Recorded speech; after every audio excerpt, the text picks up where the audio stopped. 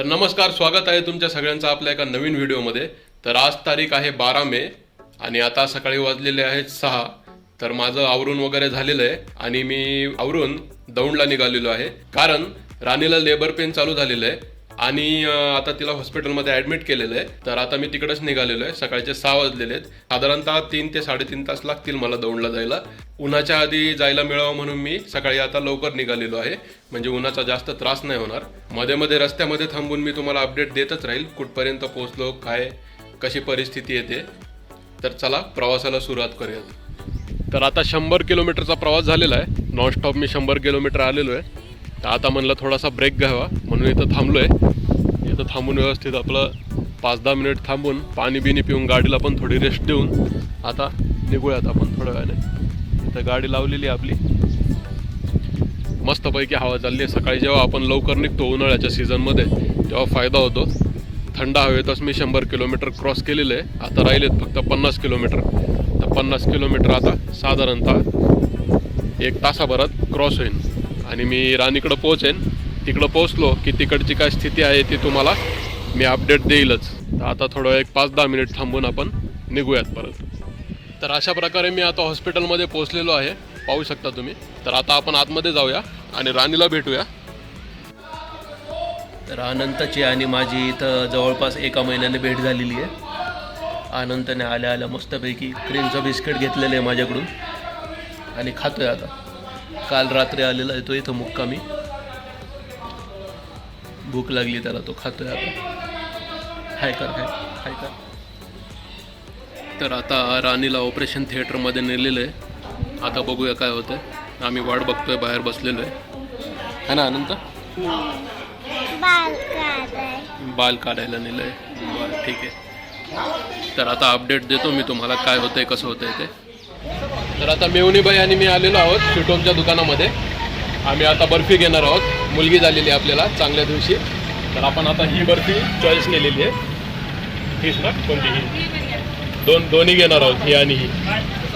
तर आता आपण हा आनंदाचा क्षण सगळ्यांसोबत साजरा करूया।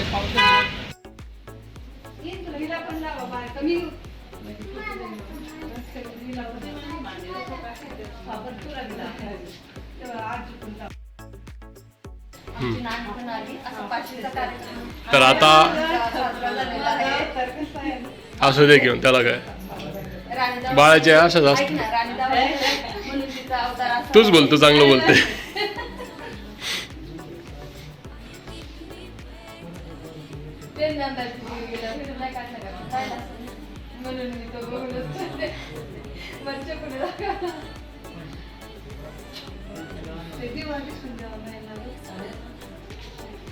अगं ते झोपलेलं तिथे कायची बघत ती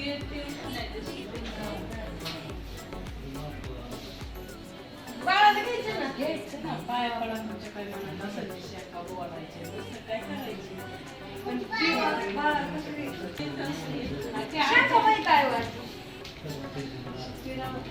असं ते काय पाचवीचा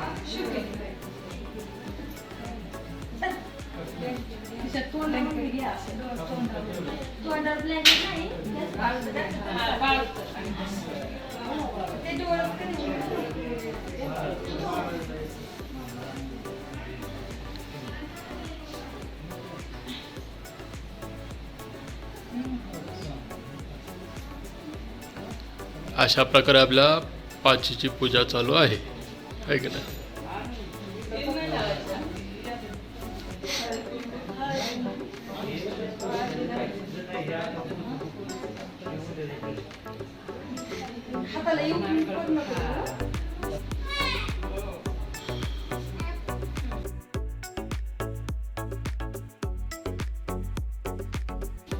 अशा प्रकारे आमची पूजा झालेली आहे आणि बाळ आता त्याच्या घरात चाललेलं आहे।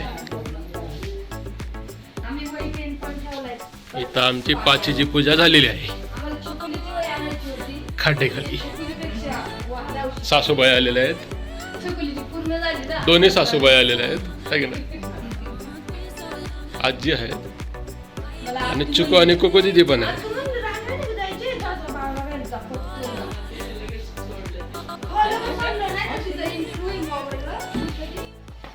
तर आता आम्ही आलेलो आहोत हरिभाऊच्या गोठ्यामध्ये. हरिभाऊकडे काय काय जनावर आहेत बघूया आता. अनंत पण आलेला आहे. कुठं आला दाखव जा हंबू. इकडं आहेत हरिभाऊ. हरिभाऊकडे आहे एक देशी गाय आणि एक 2 आणि इकडे एक छोटी म्हैस आहे. 3 म्हशी आहेत आता हरिभाऊकडं. आणि हरिभाऊचा ट्रॅक्टर. हरिभाऊ पाणी पाजतोय आता मशीनला.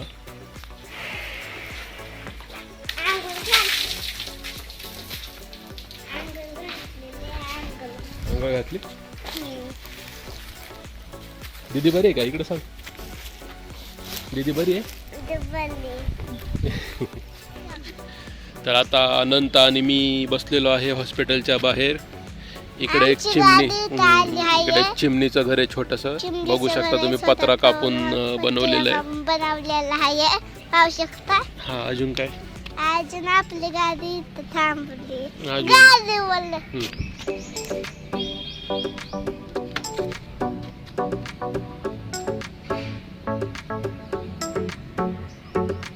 हाय कर हाय. हाय. तर आज आमचा हॉस्पिटल मधला 7वा दिवस आहे. मम्मीचे वाल काढलेलं आहे. कंटिन्यू आता 9 दिवस इथंच हॉस्पिटल मध्येच ठेवणार आहेत.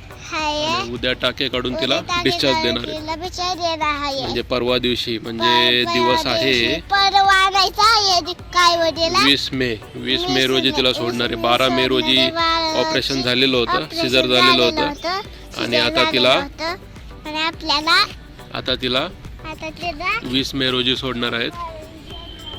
अनंत पण चांगला शिकलेला आहे ब्लॉगिंग करायला. पाहू शकता. तर आता आज पुढचा दिवस आहे म्हणजे 8वा दिवस आहे. आणि अनंत आणि मी आलेलो आहोत सकाळी सकाळी हॉस्पिटलमध्ये. आणि आम्ही आता डॉक्टरांचा राऊंड चालू आहे त्याच्यामुळे इथं बाहेर थांबलो आहे की नाही चुकू. हां आणि आम्ही वाट बघतोय. हां आणि आम्ही आता वाट बघतोय कधी राऊंड पूर्ण होतोय है ना. तर आता अनंत, मी आणि राणीची मम्मी आम्ही आलो होतो दीदीला BCGची लस द्यायला. तर BCGची लस आता देऊन झालेली आहे. दीदी काय रडली वगैरे नाही अजिबात. छानपैकी रिस्पॉन्स दिला. हसतच होती. आणि आता आपण परत चाललेलो आहोत मिशन हॉस्पिटलमध्ये. तर चला आता डायरेक्ट हॉस्पिटलमध्ये जाऊनच भेटूया. तर आता आम्ही निघालेलो आहोत हॉस्पिटलमधून घरी. इथं राणी बसलेली आहे आणि बाळ पण घेतलेलं आहे आम्ही आता. आणि आता डायरेक्ट घरी जाणार आहोत. राणीची मम्मी, राणीचे पप्पा आणि राणीचा भाऊ कुठे गेला. तर चला आता बाळ घेऊन घरी जाऊयात आपण. 9 दिवस टोटल राहिलोय आम्ही इथं. आता आपण घरी जाऊया. इथं बरीच सारी बाळी आलेली आहेत. हो ना पालतंय काय म्हणजे पिके आली ती नाही आली. ती येणार आहे.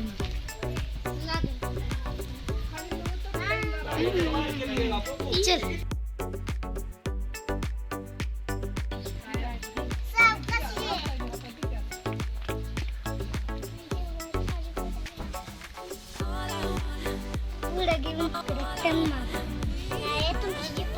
ए बाजूला बाजूला चला चला चला बाळाला.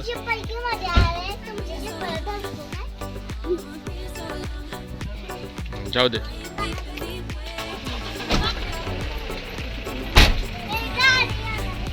चला चला सगळ्यांनी चला.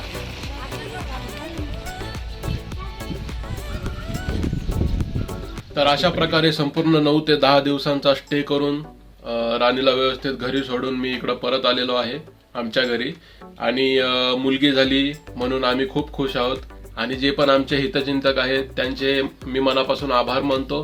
कारण हितचिंतक जे असतात त्यांचा आशीर्वाद आपल्यासाठी खूप महत्त्वाचा असतो. तरच आपलं चांगलं होत असतं. आणि मी स्वतःला खूप भाग्यवान समजतो की मला एक मुलगी आहे. आणि आधी मला एक मुलगा पण आहे. तर एक मुलगी आणि एक मुलगा आहे आम्हाला. आणि मुलीच्या बापाच्या काही भावना असतात. कसं मुलगी झाली याचा आनंद तर असतोच, पण एक ना एक दिवस ती आपलं घर सोडून जाणार असतं. मुलगी ही परक्याची धने असं म्हणतात. तर त्या भावनेपोटीच मी तुम्हाला 4 कडवी वाचून दाखवणार आहे. तर तुम्ही ती नक्की ऐका, लक्ष देऊन ऐका. आणि प्रत्येक बापाची हीच भावना असते की नाही हे पण तुम्ही नक्की विचार करा. तर ती 4 कडवी अशी आहेत. पोरीची पसंती आली की बापाचं काळीज धडधडतं, चिमणी घरटं सोडून जाणार म्हणून आतल्या आत खूप रडतं, हसरे खेळकर बाबा एकदम धीर गंभीर दिसू लागतात, पोरीला पाणी मागण्यापेक्षा स्वतःच उठून घेऊ लागतात, या घरातला चिवचिवाट आता कायमसाठी थांबणार असतो म्हणून बाप लेक झोपल्यावर तिच्याकडे पाहून रडत असतो, आंबूच्या लिंबूच्या करत करत मोठी कधी झाली कळलंच नाही, बाप सांगतो तिला सोडून मला पाणीही गेलं नाही. तर मुलगी झाल्याची खुशी तर मला खूप आहे, पण एक ना एक दिवस ती मला आमच्या घराला सोडून जाणार आहे, दुसऱ्यांच्या घरी जाणार आहे, म्हणून कुठं ना कुठं थोडंसं एक दुःख पण असतं की आपलं लेकरू आपण दुसऱ्याच्या घरी पाठवत असतो. पण हीच समाजाची संसाराची रीत आहे आणि हे मान्य करूनच आपण पुढचा पण आनंदोत्सव साजरा करायचा असतो. तर हा व्लॉग, हा व्हिडिओ इथपर्यंत बघितल्याबद्दल खूप खूप धन्यवाद आणि तुमच्या सर्वांच्या मनापासून आभार. तुमचे आशीर्वाद आमच्या मागे असेच राहू देत नेहमीसाठी. थँक्यू.